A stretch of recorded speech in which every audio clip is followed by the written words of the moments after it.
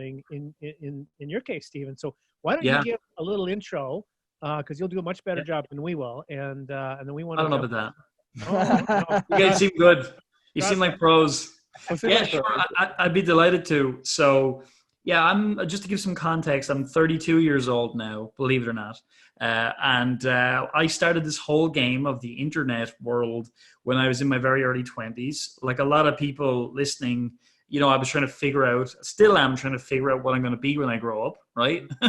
but basically, I played a lot of music in my teens, and I said to myself, look, if the music thing doesn't work, I'm going to get into business in some way. And so I did a little bit in college on business and all that. Didn't finish college in the end, but enough to know that I loved business and I love reading about it. So as you might have guessed, believe it or not, the band did not work out, which is why I'm here today. But anyway, the band didn't work out, and I was in my early 20s and kind of like didn't know where I was going to go, what I was going to do next, and became very lost, very directionless, and stuck in a job where I was a data processor, which is as exciting as it sounds.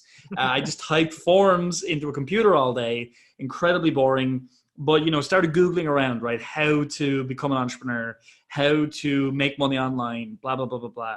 And of course, how to make money online, would you believe I found lots of scammy websites? There you go. Oh, I'm very shocked to hear that. Exactly. Queer shocked, we'd say in Ireland now, queer shocked. But anyway, I just looked at all these sites and I just had no idea what I was doing. I was trying to figure out how to make some money, how to build a business, and, spinning my wheels for a couple of years. So I was about 22, 23 at this point. And I got to the stage where I realized I wanted to be in a business. I didn't have to be an expert, and I could just sell products online. So I thought, what better business than selling just physical products, right? So cutting a long story short, my aunt introduced me to her friend Robert, who's still my business partner today. And he was selling stuff on Amazon, eBay, places like that. And he said, this is what I do. So basically I went up to check out the warehouse, and amazingly, I saw rats, I saw cold warehouses, I saw boxes everywhere. But he said, this is what we do. We make money doing it. Would you like to learn how to do this? And I said, absolutely. So again, cutting a long story short, I quit my job. I moved in with my aunt, lived in her spare room, and basically started working in the warehouse with Robert.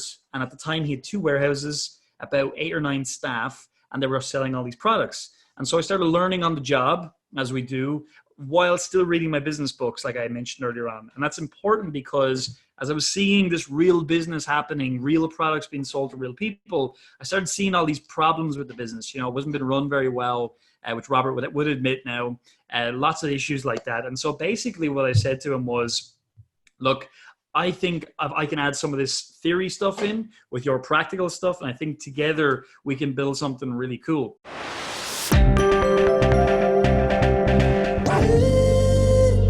And now it's time for the boiling point takeaways. Wisdom, and you have so much to share. And we have a couple takeaways, but and we have recently offered that to the guests as well. I'm going to tell you my takeaway, just a really good reminder. Stephen, just at the very end, he talked about this idea, this idea of being authentic, but also investing in what you're asking people to invest in. Yeah. And we actually on our website, we say, beware of the coach who has no coach. And so in other words, and I talk to people coming into the marketplace, and this is their business coaches or leadership coaches, and they'll talk about getting the wares out there. And I'll say, well, have you hired a coach? No, I can't do that. And I'm thinking, well, how can you ask anyone to hire you? You're never going to be successful. Yeah. So I love that. So it's just a really brilliant reminder to that. What about you, Greg? Yeah, for me, I think it's just really amazing to me how the structure works where the thing that we do, like for us, we're a film and video production company. The thing we do is an anchor in the business. But if we can share the thing how we did the thing that we do, we can scale up our businesses just by teaching it. And you and I have been playing around with that with the boiling point process. And we really have only scratched the surface of that potential. What's been interesting, Stephen, we've been doing a lot of live events just by nature of what we do. And we know how to do it. And we just haven't invested the time to actually do the big how many people? We had 600 people the other night at our last we're doing these things. They're great. And but we haven't really turned that into the part of our business here. But I know that can be a real anchor for us. So at some point I'm going to Instagram you, and we may pick your brain a little bit. Sure. Can I tell you one little piece just on that I think is really valuable? If it doesn't make it into the episode, that's fine. Well, it's very important. So here's the thing: the doing of the thing is not where the value is created. That's just the way it is, right? So like I'm a dentist or I'm an accountant or whatever. That's not where the value is. The actual value is in the marketing of the thing.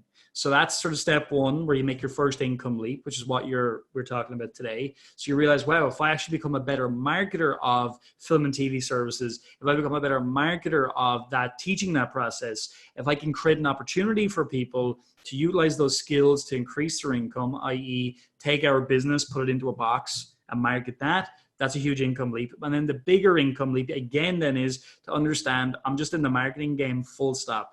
When you really embrace that idea, that's where your business completely changes, because it's like the Matrix. You actually see everything. You understand, wow, I'm just in the marketing game. And if I can really embrace that, that's how you're going to become really, really, really successful. I'm inspired, Dave. Love it. And keep up the good work, buddy. Thanks, And guys. we will be in touch. Yeah, definitely. People know how to hit Stephen up. We probably are. We will. Yeah, hit me up. Appreciate your time late at night, dark outside. Yeah. All right, brother. I love doing this. Yeah, thanks for having me on, gents, and I've really appreciated it. And let me know when it comes out, and we'll spread the word. Awesome. Okay, Perfect. Stephen, thank you, man. Take care. Thanks, Okay. guys. Bye. Bye. Bye-bye.